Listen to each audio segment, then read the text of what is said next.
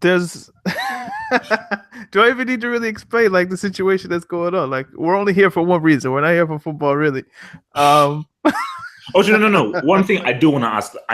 Here's how I want to start. okay. Where do you stand with yourself as a Chelsea fan as of right now? You know 2018. what? I was speaking with Carl about it, and one of the things I said was I've written about the subject of Chelsea and racism in the past, and a lot of times what I do is I just say people like to harp on the individual, and I like to look at things as systemic. So if a Chelsea fan is racist, people will say, "Oh, that particular fan is racist." It's not necessarily all Chelsea fans who are racist. Crap And excuse. and to a point, I agree with that in terms of I think individuals should be held responsible, right? However, I look at the wider context of the situation and say that person is probably racist not because of Chelsea or not because of football, but because society is inherently racist. So if you really want to solve racism in football, because football is a microcosm of society, you would solve the racism in larger society, and hopefully that bleeds into football, and then you would see less incidents like what we see. Yeah. But what I didn't ask myself, like, and that's an idea that I've written about in the past. But a question I didn't ask myself, maybe because I didn't want to ask. You know how you kind of don't ask yourself particular questions because you'll know what the answer would be, and then that would put you in a weird position. We accept that racism is in every football club, or racists are at every football club. It's just an unavoidable, inevitable fact. What I didn't ask is does Chelsea have this number of racist incidents? So what I asked Carl to do, as someone who knows football, who's been studying and watching football for years, I'm gonna give you 2 seconds, and I'll do the same experiment with you. Give me one racist incident with Arsenal or Arsenal fans in like 2 seconds. Come up with something. You can't really do it. Now maybe an Arsenal fan who's more attuned to the ingoings and outgoings of Arsenal Football Club could clearly reference this is the situation that happened on such and such day, such and such month. It happens at our club. Of course it does. But if you're just talking to someone from the outside, if I ask you, name a racist incident with Chelsea Football Club, you have 2 seconds. Can you come up with something? You probably wouldn't know which one to choose. So it's right there on like the tip of your tongue. Like you can think of racist incidents with Chelsea. So what is it about Chelsea Football Club that makes these situations chronic? I don't have an answer to that other than the fact that the club has a racist element in ways that I don't think other elite English clubs, or for that matter, most other English clubs don't have. So that puts me in a weird situation when you ask me, what is your relationship with Chelsea Football Club? I'd like to say that racism is a problem with larger society and that inevitably it would come to Chelsea. But again, I'm asking myself now, why Chelsea? Why is it always this particular club that seems to be at the heart of a lot of these incidents? Whether you want to talk about John Terry, you want to talk about the Paris train incident, you want to talk about this, what happened with Raheem Sterling. Why is Chelsea always there? And it gives me pause to say, why do I want to be associated with this club in a way where I'm like, yeah, I'm a Chelsea fan. I'm happy. Like I don't want to associate with people always in these situations. But do you want to know the why, or maybe not fully the why, or maybe a little background as to why Chelsea in particular, or did you already answer that with Carl? I don't think we did. I don't know if we got to a why. So basically, there are 3 clubs that have always been coming up as to like, and black players have always said that these are 3 clubs that are always known as having like, you know, racist fans and everything. Chelsea, West Ham, Millwall. Those are always the 3 names that are coming. But particularly when you look at Chelsea and West Ham, those are 2 London clubs. And there's a particular kind of a Londoner that exists in West Ham, East London, and in Chelsea, West London. Now, like West London is actually quite affluent, you know. So it's quite like because East London is a bit poorer. West London is actually a lot more affluent. But within West London are where you get very like, you know, like sort of the Cockney guys are more in West Ham, but the kind of Cockney psychology, you'd still probably hang around that area. So whereas like you look at an Arsenal or a Tottenham, of course there are races there, but like North London North London has a lot of black people around the North London, a lot. Like most black people you'll find in London are either in the north or the south. So that's why when you look at Arsenal or Tottenham or so forth, you wouldn't really get a lot of the racist stuff because that area has been known as having a lot of black people. But when you look at East London, West London, particular areas of East London and West London, they're very, very white areas. And you don't really get that many black areas. So whenever I go to East London or West London, I see, mostly white guys there. But the large majority of blacks, especially like Africans, North London, South London, hence why 9 times out of 10, if you meet a Nigerian, he supports Arsenal. And 9.9 times out of 10, if you meet a black guy in London, he either supports he either supports Tottenham or he supports Arsenal. Very rarely do you see a black guy that supports Chelsea. Most of the time, like 8 or 9 times out of 10, is it that thing here? So it's that particular area. And my thing about it is, with the whole majority, minority thing is, your hardcore fan base reflects your club. So when you look at like the issues with Lazio and Fiorentina, like their covers and their hardcore fan bases, they're a minority. But because they form the fabric of your club, they paint your club as racist. So those Lazio ultras, the Fiorentina ultras that always are involved in racist abuse, that is what you're about. So Chelsea's hardcore fan base is Chelsea. So you may be the majority say, we don't do anything, but no, that fan base forms the character of your club. And that fan base is racist. Mostly racist white guys, racist white London guys. So the thing about it is that if you're a black Chelsea fan and your public say, oh, Chelsea, but no, that's just a minority, that's confusing to me. So even when I look at that footage of Sterling and you saw the one black Chelsea fan there, I'm just thinking that, what does he think?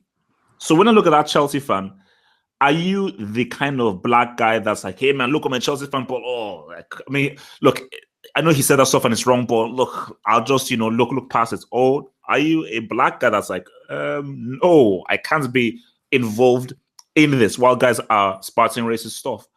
I think even more so, it's culture of being a football fan. Because I think that for so long, and we're now in 2018, it's acceptable to have racist abuse, that it's seen as part of the game. A lot of these people that hold out racist abuse, if you meet them on the street, man, they have no issues with black guys. They're very normal and everything. But once they enter into a stadium, racist abuse is one of their weapons to use against opposing players. And that's the issue, where somehow it's not been accepted that, oh, no, look, man, it's all part of the game, man. Racist abuse is just something that black players have to just deal with as being part of the game. That's messed up. That's messed up. So when you look at all of these rioters reacting, oh my gosh, this is a wake-up call in 2018? I mean, really. Basically, that's right there is the issue. That it's a wake-up call, and for the whole week, I've seen black guys on Sky, on BBC, talking about racism and like the issues we have in racism, and I'm like, really? In 2018, you're now having all these black guys, but that's why, I always say to myself that, when I look at Sterling or even black players putting on an England jersey, what does that really mean? Because one of the Chelsea fans, he called up to TalkSport and he claimed that he didn't hear anything racist because he was standing next to the guy. And he said that he did haul abuse at Sterling. And one of the things that he said was that Sterling is a disgrace to England. So what does that mean? So that's one of the insults you're using towards a guy. It's confusing to me. So yeah. So what were your conclusions from your discussion with Nick? Oh, so basically, no. My conclusion that I came into is that you can eradicate racism from a football stadium. You're not eradicating racism from society. Racism will always exist in some shape or form. Racism never goes away. It just evolves and manifests itself into something different. That's just the cost that human beings have, or maybe we say mainly whites, human beings, certain white human beings have. That racism will always exist. In some shape or form, it will always exist. But you can remove racism from a football stadium because a racist has to choose which matters more to me, being racist towards a black player or watching my team play. Because you can do a thing of like, if you're caught being racist, you get a ban for your year and your season tickets gets revoked. So now the racist has to now choose now, which is more important to me? Which gives me more pleasure? Being racist to this black player or watching my team play? You know what? Maybe I would argue that most players would say watching my team play is more important than being racist to this guy. So as soon as I leave the stadium, I'm going back to insulting these blacks and cracking racist jokes. But in the stadium, I'm going to get banned. I will not be able to watch my team if I say this racist stuff. So you know what? Just for this 90 minutes, cool. I'll just, I'll be fine. But as soon as I leave here, I'm just going to rip that black player when I get back home with my few mates over a few pints. So that's the thing. But the whole thing of like, okay, how can we solve racism? How can we teach people to be less racist? And how can we come together as one? Nope, that's not happening. It's built into the psyche. It's passed down from generations. It's passed down from parents. It's within schools. Kids are saying this stuff, and it's fully built in. And some people they need it. Like the racist poor white man needs to feel that he isn't the worst person on the face of the earth. There are others that are worse than him. The rich racist white man just cannot view a black guy as his equal. He just can't. It's just not going to happen. He'll always view that black guy as his lesser. So, and that's the issue. So how do you feel about this kind of like enlightenment of the news media with that, based on Raheem Sterling's statement that, Sterling came out and said, because of the way the media treats black players, it's partly why, people like me face more scrutiny or unbalanced scrutiny, and even receive racist abuse from the match-going fans. How do you feel about this enlightenment of like just sports journalists? I mean, no, it just seems pathetic to me, because it's like you really did. So it took Sterling having to say that to reveal it. Because you work in the industry, it is your job to read newspapers, read news, read articles. That's the industry you're in, and you really couldn't see this. It took Sterling having to come out. So all that time that Sterling was talking about this stuff and everything, he had to write an Instagram post like, yes, this is the post that has now changed us fully, and we have now been fully enlightened. We have seen the light. Sterling has opened our eyes, and this is like a what's it called? What's the name of that King's speech? Martin Luther King speech?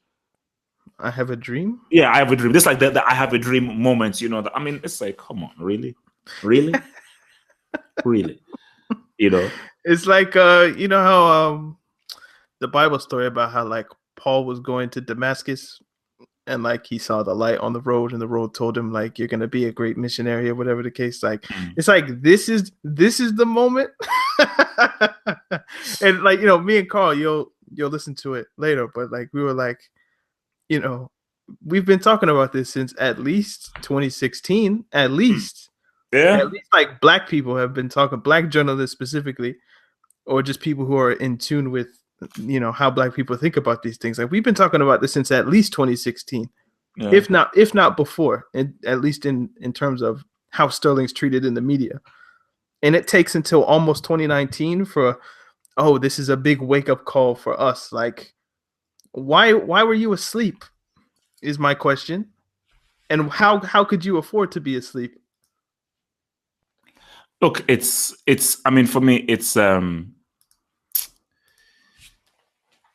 have to ask yourselves this, and I think you have to look at UEFA, FA, and everything, and you have to just be real with yourselves. Do you really believe that they really actually want to alleviate the issue and the problem? That's the key thing. Do they really want to eradicate the problem within for football stadiums, or is this sort of like an inconvenience? Where it's like, oh gosh, okay, so now the media and everyone's talking about it. So let's just basically I really believe that in their minds, like, okay, what can we do just to sort of like act like we're doing something? But look, it's just like, do we really need to have to give an effort into this whole thing? Let's just move past this whole thing, because that is very much the English mentality, just sweeping everything under the rug. So, I think they'd like if racism didn't exist in football stadiums, because it distracts from what happens on the pitch, and that's not good for business. Oh yeah. But I think the steps that would have to be initiated for them to actually get rid of it aren't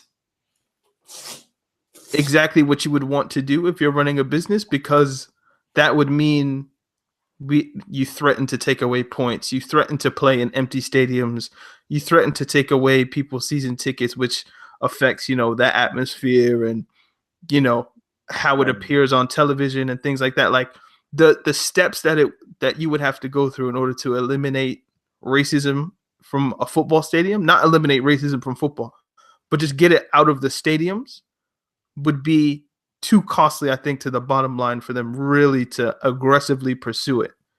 You might, like as I say, you might be able to get rid of one individual, and that makes you feel good until the next thing happens. But the next thing's going to happen because you're not taking probably forceful enough measures, because it's adverse to your bottom line, so to speak. So they care in terms of lip service, but in terms of like the actual implementation of protocol and procedures that would seriously eliminate the problem from a stadium, they're not really going to do that. No.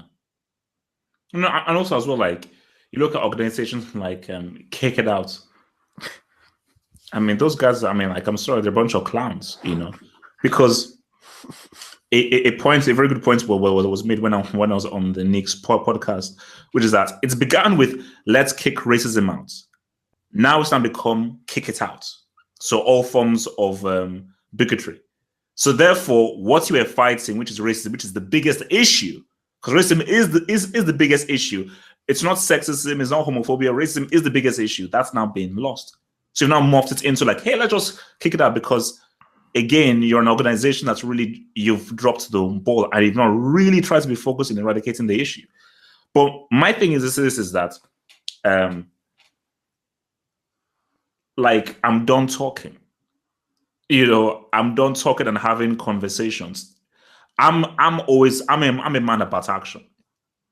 I don't want to sit down and listen to John Barnes or Ian Wright or Kevin Campbell talk about racism and the race issues when we had this stuff in the 90s.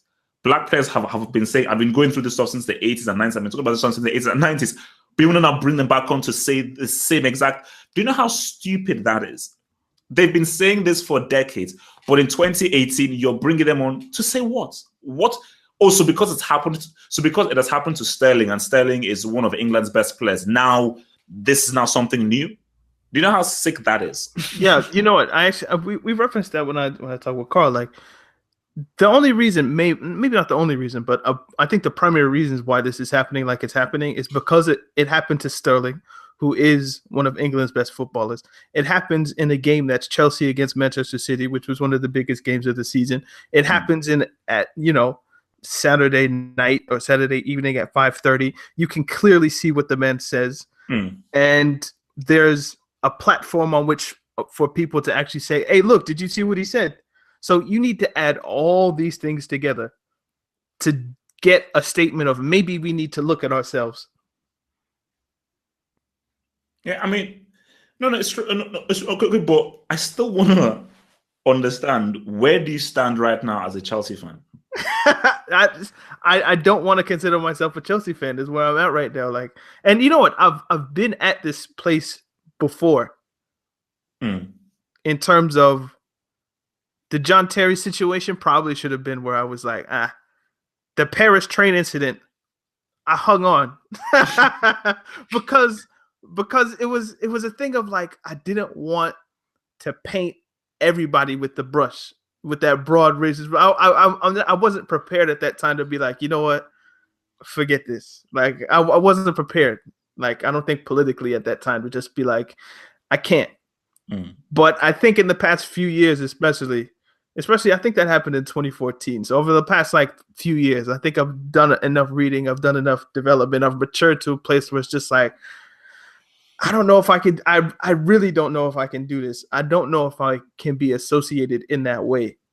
And I think you've been in that space for a while, and they're trying to like reel you back in with like the sexy football and whatnot. But for me, it's just like, oh no.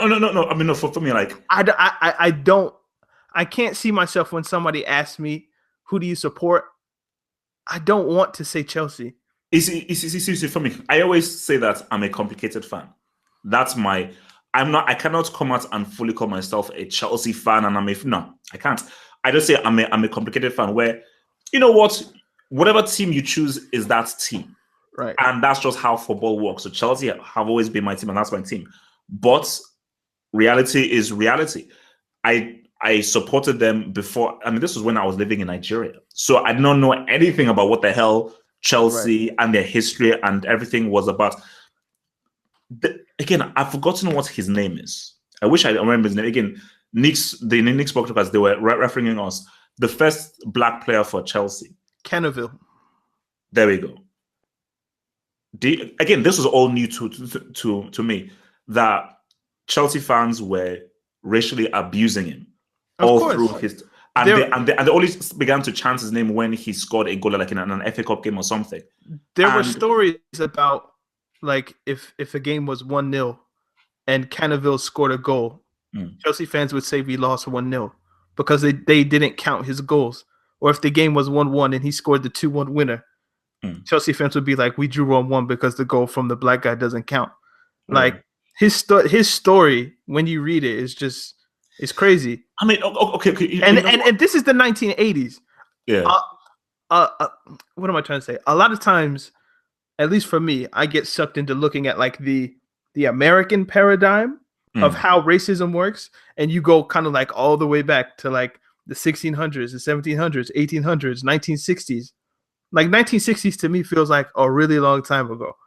The 1980s, even though it's 20 years after, that's not that far, bro. Doesn't feel like that long ago. It's not that far, bro. Like people listening to this were born in the 80s.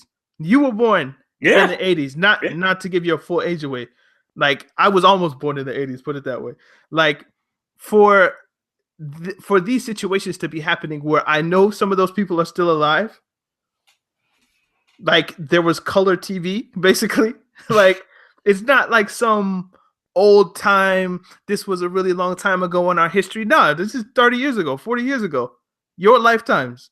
You know what I mean? So it gives it a different twist in terms of racial dynamics in Britain are very different. Well, not very different, but in terms of the timing, it's more recent.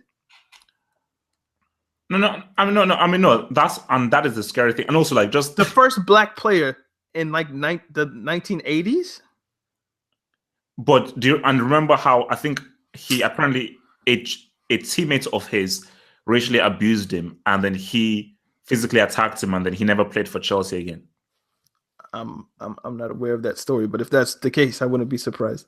Yeah. So I mean, basically, my thing is this, and I think this is a realization that you have to come with, and I think this is an argument I've been having with Chelsea fans, because many Chelsea fans have said, don't paint us with an overall brush, don't make us do things like that. My thing is that, and this is a question that people have to ask themselves, when you are in that stadium and you're next to a fan that shouts a racial epithet or a racial thing, generally, what do you actually say to that fan? First of all, do you say anything to that fan? How bothered are you with what you say to that fan that says that? Because that's the question that these people have to ask themselves. Because it goes back to a key point. We love football; it's a great game and everything. Real life means more. And the scary thing is, there are people who view this whole stuff as an inconvenience. oh gosh, we have to care about these blacks, all this whole race thing, all this racism. I just want to watch my team and enjoy my team. What do we have to bring us this whole race thing? And that's the scary thing. There are people who put this game of trying to get a ball inside a fishnet over decency, principle, and respect towards people. And that's the scary thing. Do you know what? Like, Carl almost referenced that kind of a similar point where he was like, racism is an annoyance. Not necessarily for like the people who have to cover it, but for me, like if I want to support the entity that is Chelsea Football Club, if we can kind of get away from like, let's assume that Chelsea isn't an inherently racist club, which there's a conversation to say it is, but let's say for instance it isn't, and I still want to support it. The racism is an inconvenience to me because I would like to focus on the football. I would like to say Chelsea played very well against Manchester City. I would love to say David Luiz played fantastic against Manchester City. I would love to talk about N'Golo Kante more. But what are we doing? We're talking about racist, dumbass fans in the stands and calling people fucking black cunts. Like, I don't want to be doing this. It's an inconvenience to me. Like, the enjoyment I get from watching Chelsea Football Club is diminished because of the people who attend. Now, for some people, it's easy to just dismiss those people who attend as like, oh, they're on the fringes. They don't really mean anything. And really, and you try really hard to try to buy that company line. Like, they're just people who don't really have any influence on the way the club is perceived. You shouldn't take it as serious. Don't let the minority ruin it for you. The minority. Okay. Even if it is the minority, which it probably is if you consider how global the Chelsea fan base is. But no. I don't think you can divorce the match day going fan from the global one in terms of those are the fans that attend the matches. Those are the fans that represent you on television. Those are the real fans, especially when they say like, oh, if you've never been to Stamford Bridge, if you've never watched a real match live in person, you're not a real fan. Are you sure we want to just relegate the real fans of Chelsea Football Club to the ones that go? Hell no. And because if you do that, you're opening, you're making the percentages a little bit bigger. In terms of who's racist and who isn't, because basically, sorry to cut you off, but no, go ahead. How rude! How dare you, a fan who lives, let's say, in Sweden, you're a Chelsea fan, try and demean those fans that go to every single game and go to the stadium and watch every single game and have a season ticket to every single game, and you're not trying to lump yourself and say, oh no, but I'm not racist, and there are thousands of us that are really lovely, sweet people, but this is my minority who go to the flipping stadium, have Chelsea tattoos, probably have the Stamford Bridge Stadium with every seat tattooed on their back. Those guys don't mean anything. And I told you, I live in London. So when I go to work, I see these fans, I see the Manchester fans, these racist fans, like the fans when I was on the train who were singing about gassing Jews, those are the real Chelsea fans, man. They live right in Fulham Broadway. They live right in that town. They've grown up in that town. Their generation of their families have grown up, because you know the real Chelsea fan because you know how they talk, how they act, even how they look, and just how they carry themselves. Those are the real Chelsea fans because those guys are from the area, and their families over generations are from the area. So if anybody's real, those guys are real, and then most of those guys are the guys shouting that's racist stuff. So the club is racist. I'm sorry. It's like that's why it was.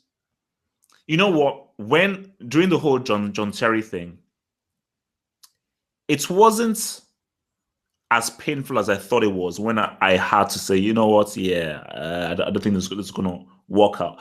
It was just sort of like, oh, I don't think it's going to work out. Yesterday I was like, nah, I'm not sure this is really. but sort of, I'll just sort of like, when I just saw how that happen, I was like, because I always new hints, because again, this goes back to the documentary that I watched in the 90s of like the black players in, I don't know, Chelsea. It's anonymous, and even similar to what you said, I tried to sort of like ignore it and put it to the side. But I did watch the documentary that said, no, Chelsea as known as one of the most racist clubs, but I just wanted to ignore it. And then situations with Chelsea fans, hearing what particular Chelsea fans are saying and so forth. Even there was a guy, my first Chelsea match I went to, Chelsea Fulham, like years ago. And this guy, pretty much, he invited me and I went with him. And in school, I remember this guy hurling racist abuse at black players as well. So the guy who invited me to watch a Chelsea game because him and his dad had a season ticket, I witnessed him hurling racist abuse at black players and so forth, and he would crack racist jokes. So that is a personal experience that I had with a guy who was a season ticket holder. Did you go again? Did you go again with him? No, hell no. like I never spoke to him again. When I found out who he really was, like, we were never friends again, and like I never really spoke to him again. So I was about to say, but you you might have been cooning for the season.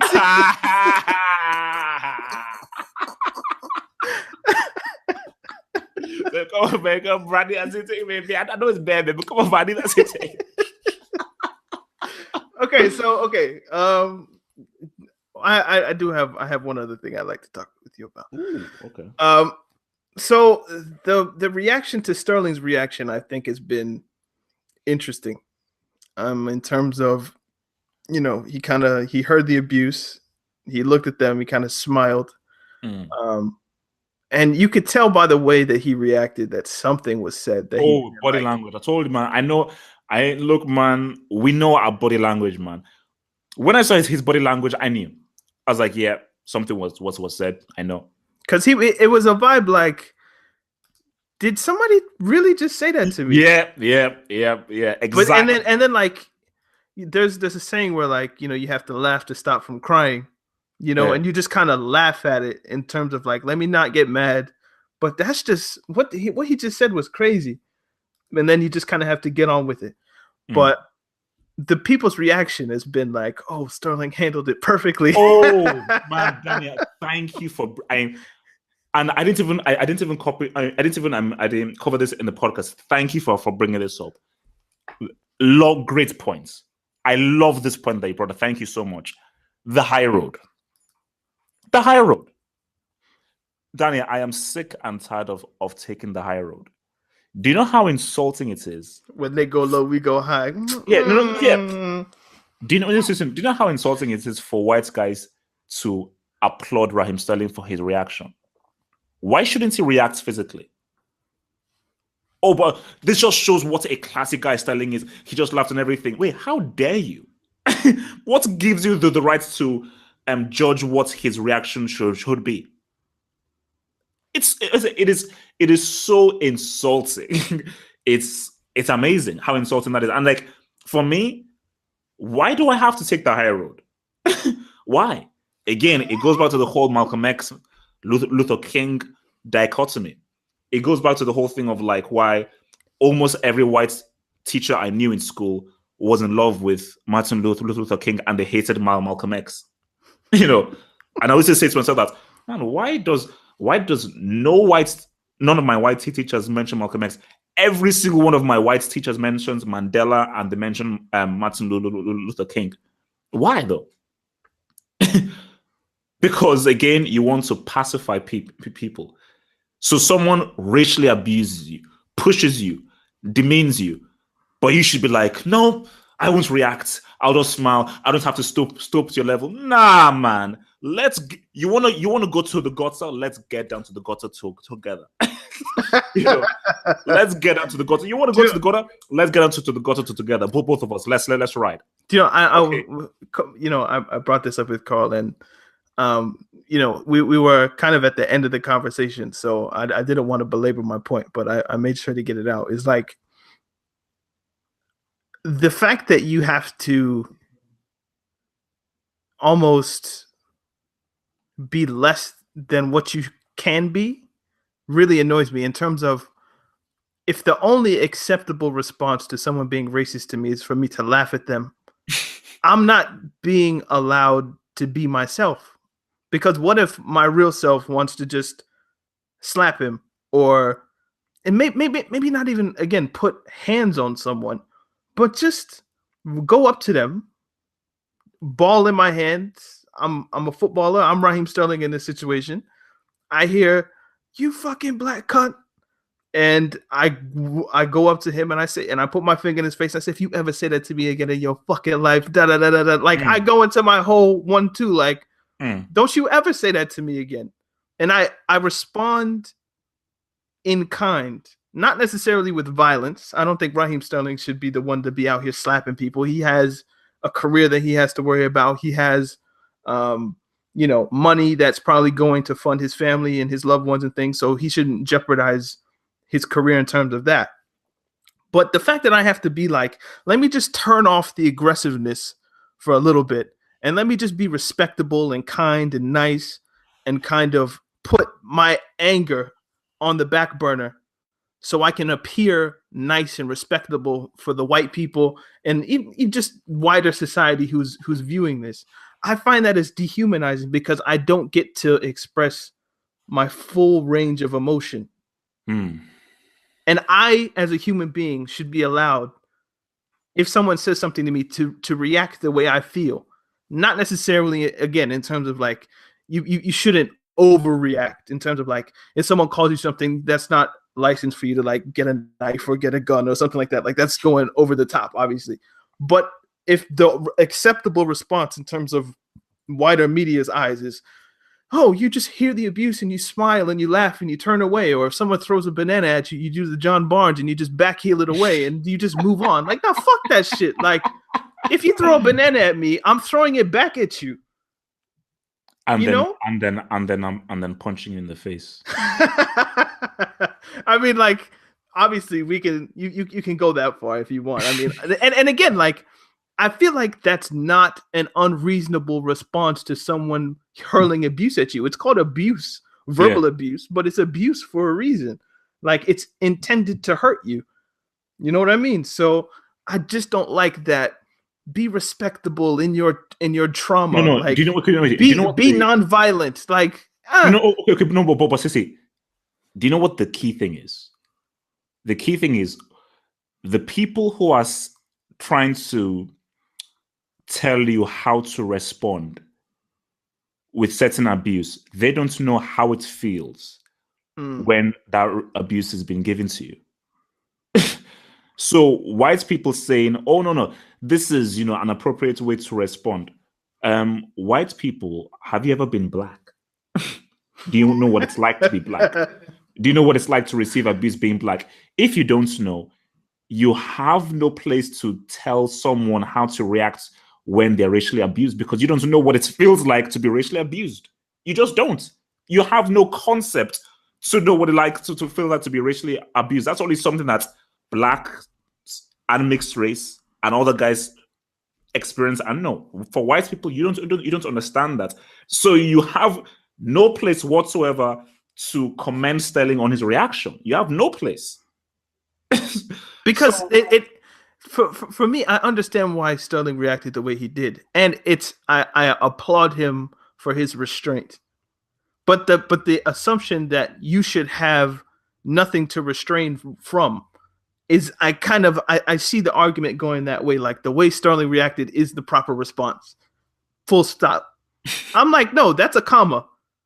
It's a comma. The way Sterling reacted was an appropriate response, comma, for a multi-million-dollar footballer who has a lot to lose, and he should never, you should never risk your money because you would put your family in danger. Then you put the period, or a semicolon. Then you put, if you're a regular person and someone comes up to you and calls you a fucking black cunt, use all means necessary to protect yourself from that violence. Then you put the period. Like, Raheem Sterling shouldn't be the example by which we judge all black people for their response to racial abuse. Like, Raheem Sterling is in a particular situation, but it's not a commendable response for all black people. So I would just like to put that out there again. Like, don't use Sterling's restraint as a way to restrain all black people from experiencing their full humanity. No. Basically, it's the Malcolm X, Martin Luther King conundrum. In some ways. What? In some ways, yes.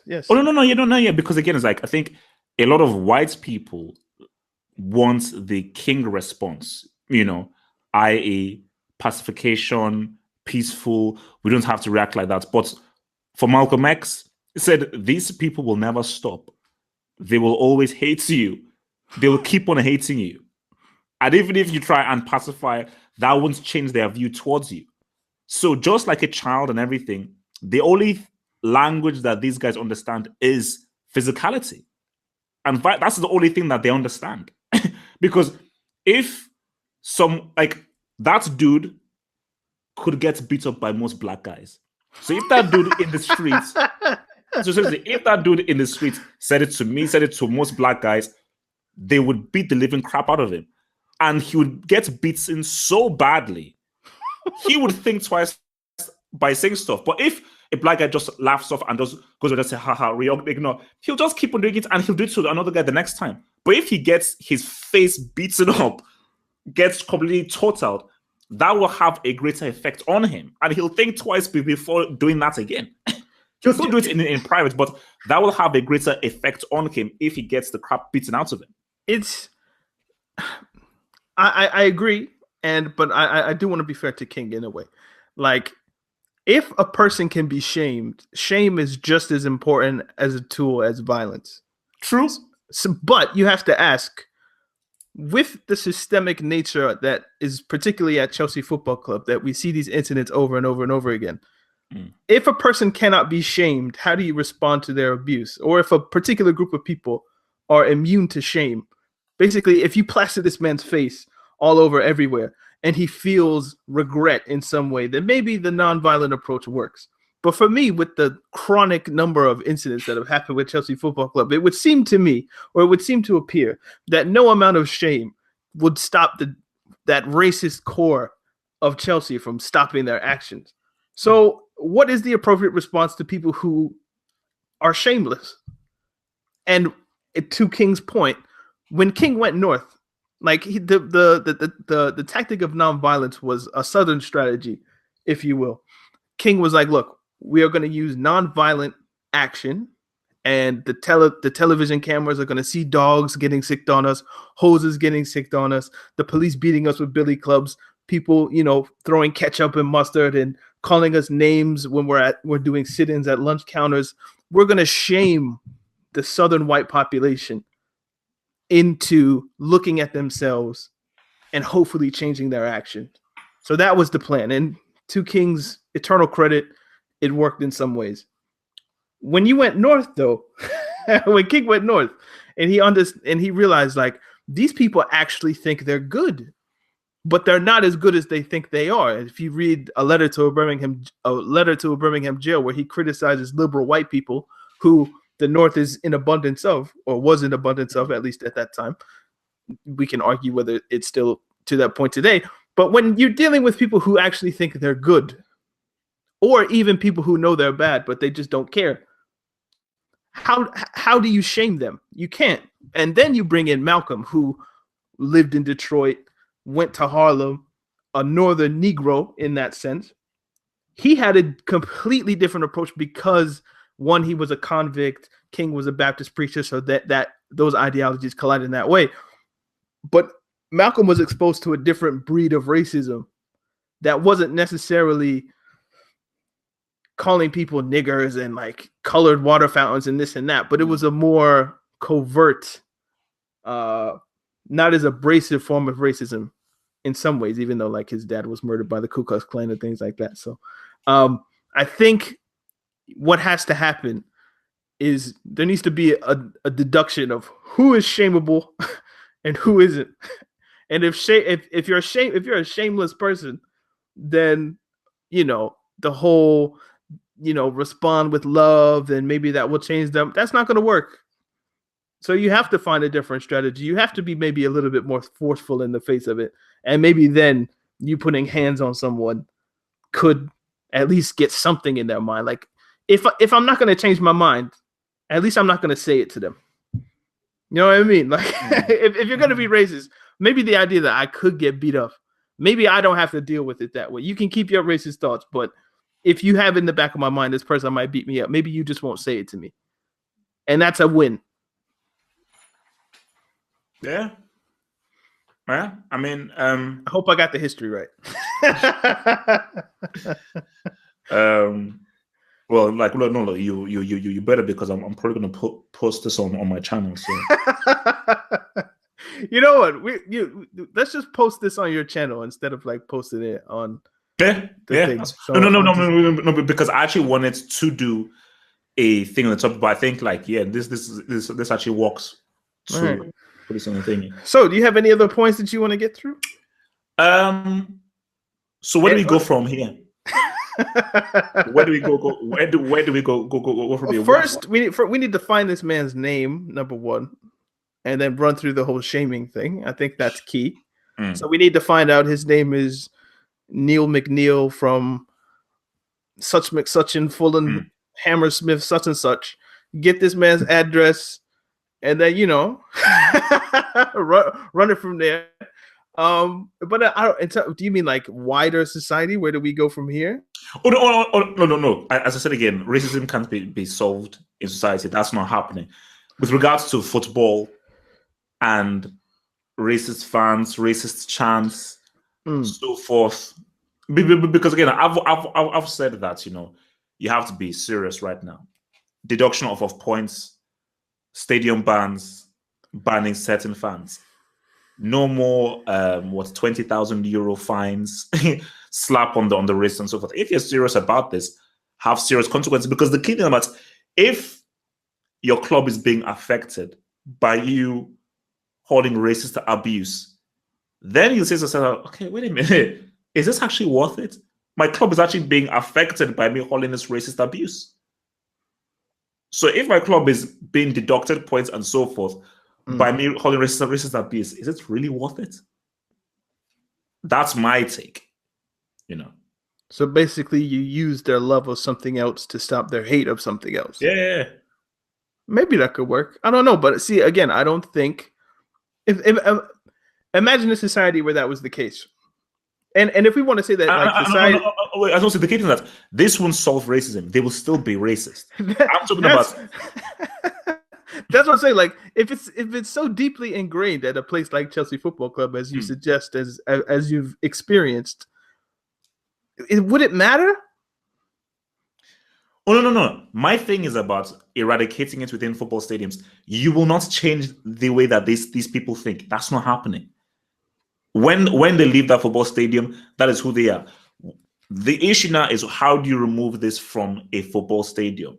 How do you make it where families can go and not hear this kind of stuff, where people from different backgrounds, foreign people, tourists can come and not hear this kind of stuff when they're trying to watch a football match? So it is actually a pleasurable kind of atmosphere. Because I've always said, the best experience of watching a football match, I recommend this to everyone, watch a football match with Nigerians. They're the best people to watch football matches with. Absolutely amazing. The best fans in the world. So my thing about it is that it's about creating a particular kind of art atmosphere that is free from racism, which you can do if you are forceful. Because again,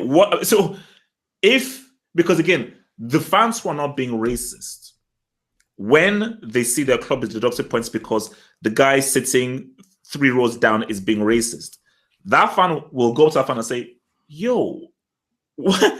You know that you're affecting a club right now by you being racist. And say, do you have to be racist? You can be racist in your home and everything. I want my club to do well.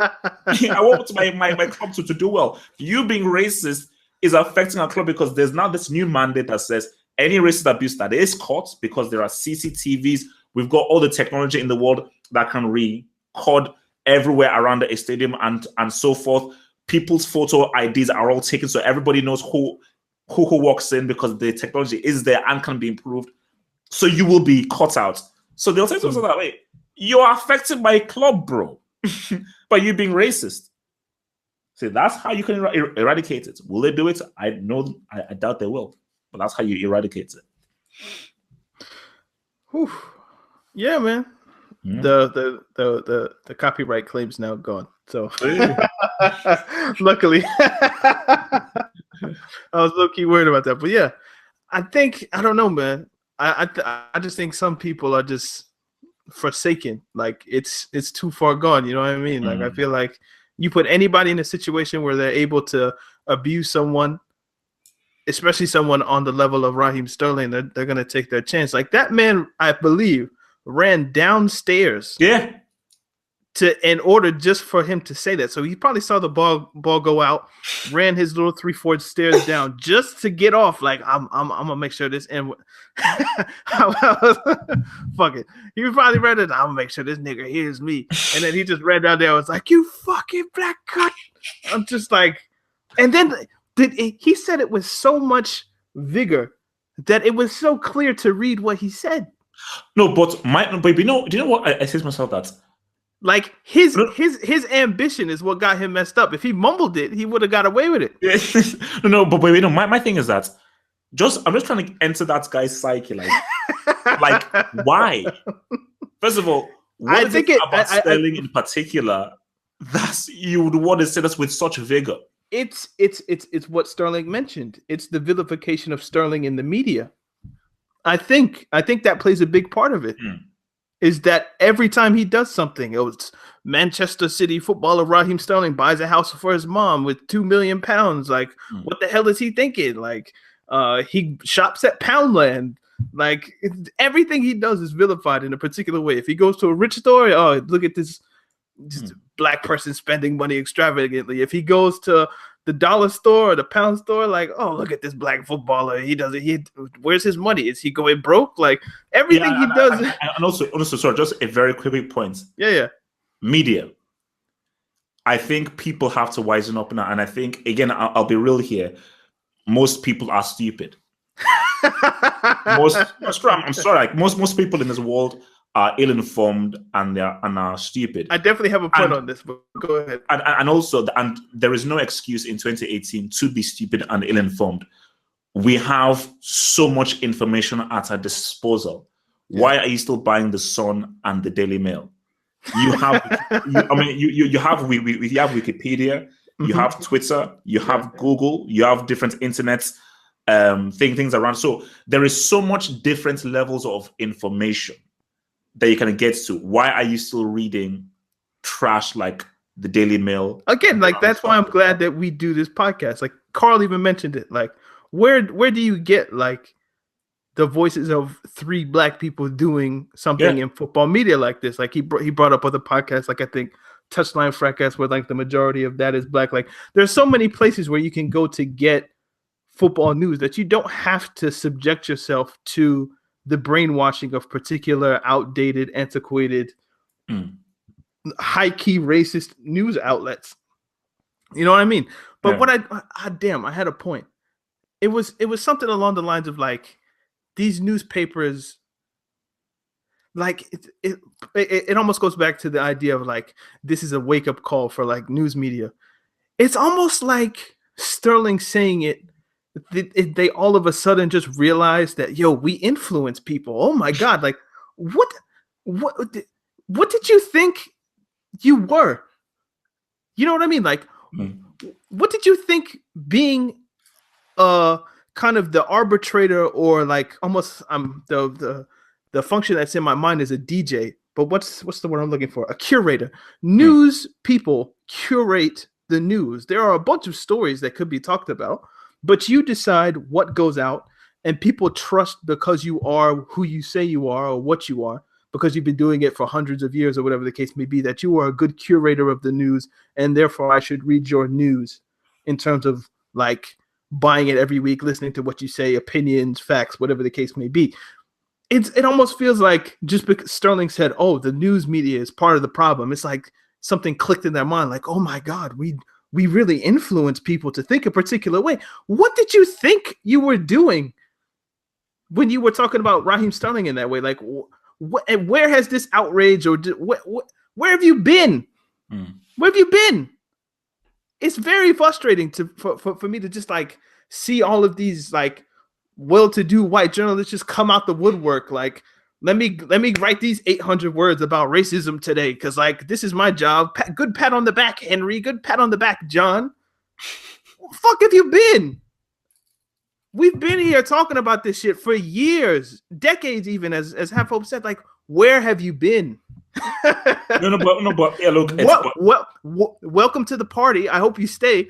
But I realize next week when like something else happens, you'll just go away again. But again, no. That's the point. Is like it's the culture of sweeping everything under the rug, and I think this difference between England and America, like, and it's something that my brother even told me. My living both in England and America. See, in America, Americans are very direct. They deal with everything. In comparison to England. Okay. Comparison to England, like, just compare England and America. America, everything is direct. If someone is racist, they will say to you in your face, and everything has to be dealt with fully for everyone to see, because Americans are just very much exponential and it's all exterior. The English are the masters of deception. They're the masters of the subliminal. I think the French might be the masters of deception, but go ahead. But basically, they're the masters of trying to intellectualize and trying to hide meanings, do things, sweep things under the rug, be very covert, and just create a mirage. Because they're very, very sneaky in that. But I've wisened up to it. Like, they're smart, but I'm smarter. Half Hope is smarter, and I think that right now they're like that post from Sterling. See, as much as I hate the reaction from all of these journalists, the beauty about that is that you're now exposed, because you now have to have a discussion. And the beauty about it is that it's my platform, our platform, other people's platform right now. The discussion is not going to be had. Because remember, this is 2018. Back in 98, with no YouTube, nothing, you talk about this for 1-2 weeks and it will be gone. Twitter, YouTube, SoundCloud, everything like that, people will talk and talk and talk. And these fan channels are becoming more and more influential. More and more people, especially the key thing are the youth, the younger generation, more and more of them gets their stuff online. More and more of them are watching YouTube, listen to Spotify. They're not reading newspapers. Like, how many 17, 18, 21-year-olds read newspapers? No. It's all on their tablets, YouTube, and so forth. So you can't hide now. People will I'll keep bringing it up. People will keep bringing it up. So it's different. Yeah, man. I've just been really frustrated just reading. I've been frustrated with the whole situation, if only because in some way I pledged loyalty to this thing.